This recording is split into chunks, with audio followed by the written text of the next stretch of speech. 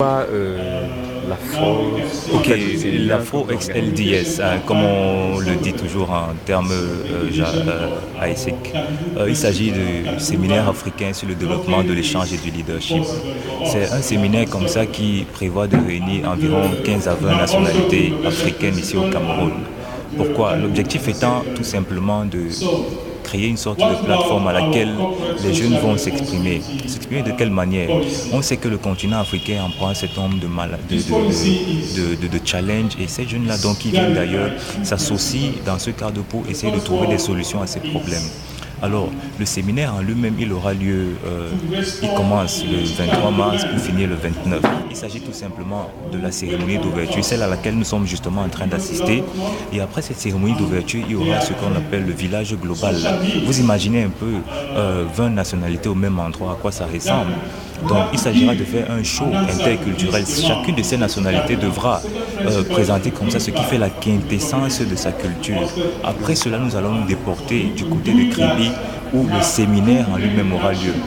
Il s'agira des sessions de formation, il s'agira des modules délivrés par des experts comme ça qui sont nos partenaires et délivrés par ceux-là qui sont au niveau international de l'organisation.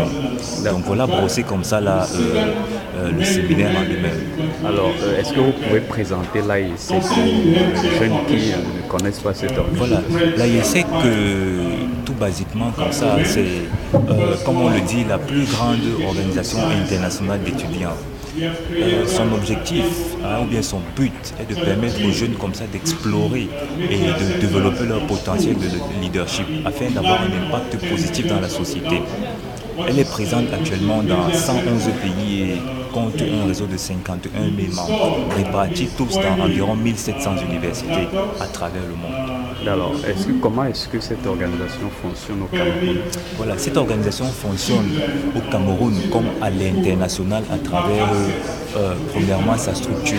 On sait qu'une structure est faite d'un président, pour le cadre d'espèces, il s'agit d'un président au niveau international et ce qu'on appelle des GN Directors ou bien des vice-présidents. Maintenant, au niveau national, pour revenir au Cameroun, il s'agit du président national. Après le président national, il est entouré d'un certain nombre de vice-présidents. Premièrement, le vice-président en charge des relations extérieures et des projets. Ensuite, le vice-président en charge des finances. Après, la vice-présidente en charge du management des talents ou bien des ressources humaines. Et enfin, le vice-président en charge de l'échange, exchange. Voilà comme ça, brièvement, ce qui fait la quintessence du bureau national d'AIESEC. Maintenant, après le bureau national, puisque nous sommes présents dans 4 villes, il y a la ville de Douala, ensuite il y a la ville de Yaoundé, la ville de Boya et de celle de Bamenda. Donc sous ces 4 ou 5 membres qui forment la hiérarchie dont j'ai cité en amont, il y a le président au niveau local qui est également entouré par des vice-présidents. Et ces vice-présidents ont sous eux des directeurs de projet. Après ces directeurs de projet, donc, ils ont ce qu'on appelle des chefs d'équipe. Donc ça fait une structure peut-être stratifiée de manière spéciale, mais fortement hiérarchisée dans le sens de la promotion et du respect, comme ça, de nos valeurs. D'accord. Comment faire pour intégrer cette association pour les jeunes qui voudraient bien? Oui, j'avoue que c'est une question qui, à chaque fois qu'elle revient, elle nous fait peut-être parfois un peu rire, mais l'AIESEC, à la différence de certaines autres associations de jeunes ou bien à certaines autres organisations, son accès se fait par recrutement. Qu'entendons-nous par recrutement? Avant qu'un jeune n'intègre l'organisation, il passe d'abord par un processus qu'on appelle souvent le processus de sélection. Alors ce processus de sélection compte un certain nombre d'étapes. Premièrement, l'assistance ou bien la présence à la conférence qui consiste à informer les étudiants sur ce que c'est que l'AIESEC.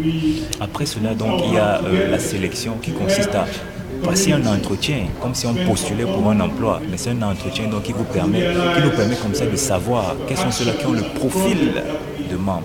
Après quoi, donc, on détecte en ces personnes-là un talent et forcément on les intègre dans l'organisation. Alors, quand vous parlez de talent, de quel talent s'agit-il? Voilà, en parlant de talent, justement, on sait que le monde professionnel, parce que ce que nous faisons, c'est à chaque fois dans le souci de se rapprocher du monde professionnel.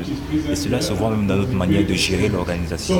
Alors par talent, on entend les potentialités individuelles de chacun qui, étant mises dans le sens de la promotion ou bien de l'avancement de l'organisation, vont dans le sens de booster, on va dire comme ça, les capacités dans le sens du leadership, dans le sens du management, dans le sens de la gestion des projets, également dans le sens de la maîtrise des nouvelles technologies de l'information et de la communication, parce que c'est l'un des projets comme ça dans lesquels nous faisons. D'accord. Est-ce que vous pensez que tous les moyens sont réunis pour que cet événement connaisse un succès?